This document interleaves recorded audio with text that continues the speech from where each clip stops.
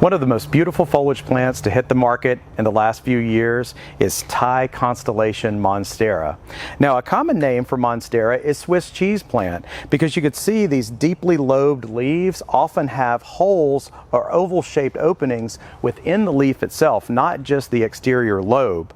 Thai Constellation is named such for its beautiful variegation. This cream-colored variegation on the leaf is unique to any other cultivar out there for Monstera.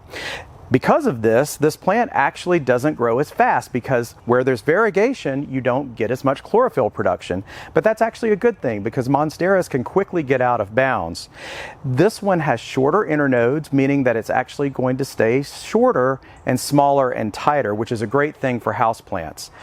Being that it's a houseplant though, make sure you don't overwater. Just because it's tropical doesn't mean it likes a lot of water. The containers can actually become oversaturated and can cause root rot, which is the most common cause of these plants dying. In Louisiana, I like to grow mine outside during the summer. I just give it plenty of shade.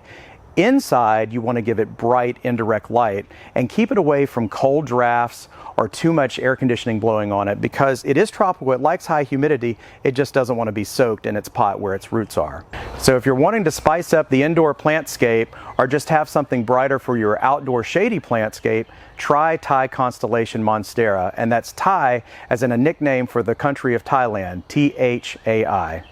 For Get It Growing, I'm Jason Stagg with the LSU AgCenter.